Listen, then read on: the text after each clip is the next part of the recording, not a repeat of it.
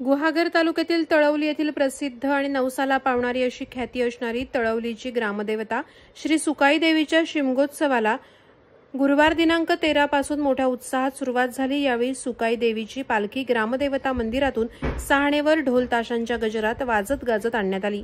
येथील श्री सुकाई देवी ग्रामदेवता ही जागृत आणि नवसाला पावणारी म्हणून प्रसिद्ध असून विविध ठिकाणाहून भाविक तिच्या दर्शनासाठी येत असतात। या ग्रामदेवतेचे खेळे दुसऱ्या होळीपासून गाव भोवणीसाठी बाहेर पडतात। तसंच शेवटच्या होळीच्या दिवशी देवीची पालखी मंदिरातून मोठ्या उत्साहात भाविक नाचवत सहाणेवरती आणतात।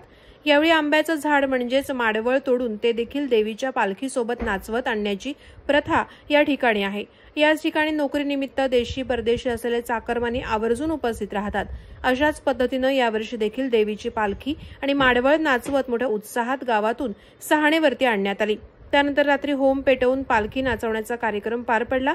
या शिमगोत्सव कालावधीत देवीची पालखी वाडी वस्तीवरती फिरणारे, त्याचप्रमाणे या काळात सहाण भरणे देवीचा गोंधळ आणि पेवेगावची प्रसिद्ध ग्रामदेवता झोलाई देवी या दोन बहिणींच्या पालखी भेटीचा कार्यक्रम पार पडणार आहे। हा पालखी भेट सोहळा पाहण्यासाठी दरवर्षी भाविकांची गर्दी मोठ्या प्रमाणात होत असते। यावेळी देवीच्या शिमगोत्सवात पालखी आणि माडवळ नाचवण्यासाठी भाविक उत्स्फूर्तपणे सहभागी झाले होते। गुढीपाडव्यापर्यंत श्री सुकाई देवीचा हा शिमगोत्सव चालणार असून गुढीपाडव्याला या शिमगोत्सवाची सांगता होणार आहे। दरवर्षी अत्यंत शांततेत हा शिमगोत्सव साजरा करण्यात येतो।